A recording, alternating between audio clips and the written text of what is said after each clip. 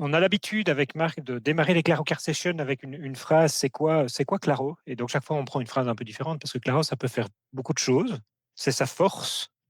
Aujourd'hui c'est Claro, c'est pour en fait s'organiser de manière plus simplifiée et retrouver une flexibilité. Donc c'est le mix entre sortir du chaos, mais quand même avoir de la flexibilité, pas rentrer dans un outil qui ne fait les choses que d'une manière. Donc c'est ça dont on parle aujourd'hui. Et il y a un motto chez Claro qui dit la bonne info pour la bonne personne au bon moment. Pourquoi? Parce que je suis absolument convaincu que dans les processus d'entreprise et en particulier tout ce qui est suivi, je vais donner des exemples, en fait, c'est une question de comment est-ce qu'on se partage l'info et comment est-ce qu'on sait s'organiser autour de l'info de manière à ce que tout ça soit efficace. Donc, c'est le sujet aujourd'hui. Qu'y a-t-il de commun entre ces différents besoins? Parce que le suivi en entreprise, ça peut être du suivi de plein de choses différentes. On peut suivre des tâches. Donc, je prends un exemple d'un petit freelance qui bosse pour plusieurs compagnies et qui, plusieurs entreprises, plusieurs clients et qui doit suivre ses propres tâches. Gérer des prospects, ben, c'est suivre des prospects. Si on fait un projet de digitalisation, si vous êtes business analyst, on sait qu'il y en a quelques-uns qui viennent au Clarocar Session, ben, c'est pas tout à fait des tâches, c'est des idées de digitalisation, des besoins de digitalisation. Si on développe un produit, je sais qu'il y en a qui sont plutôt product owners ou dans des équipes de développement, ben, on suit aussi des choses, des fonctionnalités, des bugs à régler, des choses comme celle-là. Si on fait un planning éditorial, on suit plutôt des idées marketing de posts qu'on a envie de mettre sur les réseaux sociaux. Et tout ça, en fait, c'est du suivi. C'est du suivi chaque fois un peu différent, mais c'est du suivi. Et il y a quelque chose de commun. Et donc, c'est pour ça moi, j'ai créé Clarocars pour pouvoir faire des choses différentes, mais qui sont toujours autour de cette idée de suivi. Et donc, dans la plupart de ces exemples, il y a quand même un premier objectif qui est en fait commun, c'est qu'on veut passer du chaos. Alors moi, j'ai cette vision du fourre-tout des choses à faire qui a tendance à grossir énormément et dans lesquelles il faut mettre de l'ordre. Donc on veut passer de ce gigantesque fourre-tout des choses à faire qui viennent de partout à de l'ordre, d'abord un rangement et puis surtout au fait d'avoir fini des choses. Ça, c'est quand même ce qu'on nous demande dans la plupart de nos boulots.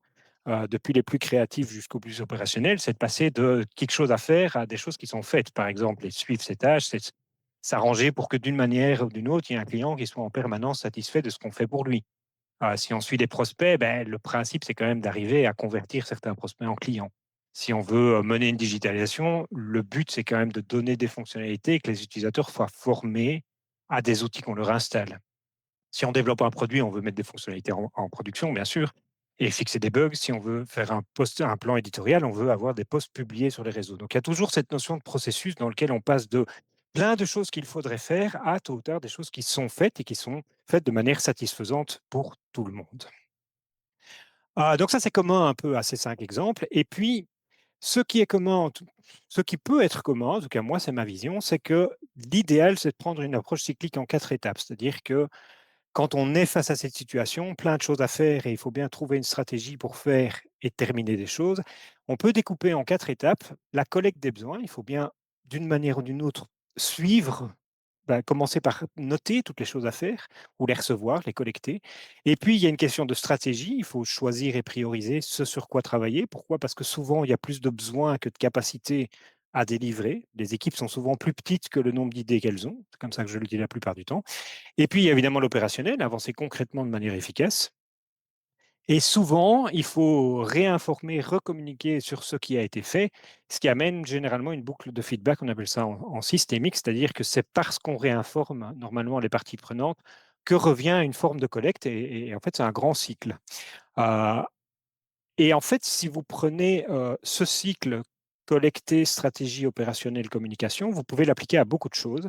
Et c'est une proposition qu'on vous fait avec Laros, c'est ce que je vais montrer sur différents exemples aujourd'hui. Alors, avant cela, il y a souvent deux approches naïves. Je ne cite pas les noms d'outils, mais il y a des outils qui collent plus ou moins à ces deux approches naïves. Je ne les cite pas, mais c'est de là que vient l'histoire de Claro. Pourquoi a-t-on créé Claro? Parce que justement, on n'était pas très convaincu des deux autres approches. Il y a une première approche naïve qui est un Kanban un peu trop simple, qui est simplement de dire, ben voilà, je vais lister mes choses à faire, mes tâches par exemple ici, et je vais mettre à faire en cours, en attente client, bloqué, fini, et je vais juste avoir ça. Il y a des outils très simples qui sont super. Ça peut fonctionner, mais ça fonctionne que dans les cas très simples, c'est-à-dire quand il y a peu de volume de travail et peu de travailleurs. Et le problème qu'il y a souvent, je ne sais pas si vous l'avez eu, mais je connais vraiment énormément de gens qui sont d'accord si je dis ben, la colonne à faire a tendance à grandir à l'infini et on a 1 million de choses à faire et en fait on est incapable de choisir de faire en sorte que toutes ces cartes ici, des choses à faire, ces tâches arrivent en fini. Donc ça manque un peu de stratégie. Donc c'est un petit peu trop court. Et donc ça fonctionne dans des tout petits processus, mais quand on est dans du CRM, du business analysis, du product owning ou même du marketing un peu large, ça passe pas. Alors il y a une autre tendance que moi je vois, approche naïve, que je vois dans certains autres outils, c'est de croire que parce qu'on fait des bases de données, que ce soit un grand fichier Excel ou que ce soit dans les outils un peu modernes, on fait des tables, on les lie entre elles, on met plein de data et puis on dit, bah, c'est génial, comme on a tout mis dans une base de données, c'est bon, on est digitalisé, ça fonctionne. Et en fait, c'est naïf. Pourquoi? Parce qu'il ne faudrait pas croire qu'une grande table de données comme ça fait un processus. En fait, l'information qu'on digitalise, qu'on met dans une base de données ou dans un outil, a tendance à soutenir un processus, mais il ne le crée pas.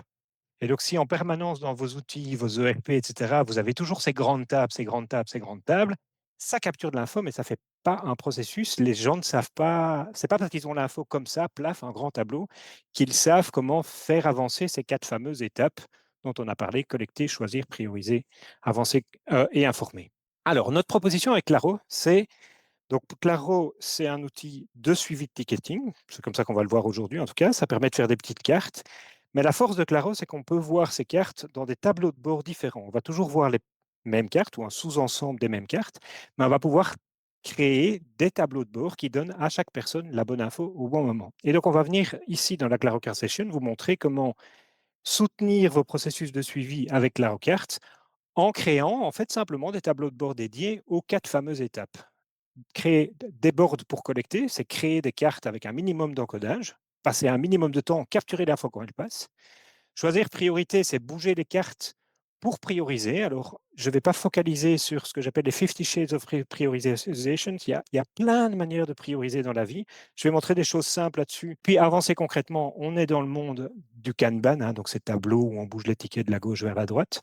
On est dans le monde du Scrum, si vous connaissez, dans le monde de l'agilité, du Lean, de toutes ces notions-là. Comment avoir des techniques pour avancer concrètement. Je vous donne quelques exemples de nouveau aujourd'hui. On fera une Claro Card Session spécialement sur certaines techniques un peu plus tard, probablement en 2026, ici dessus.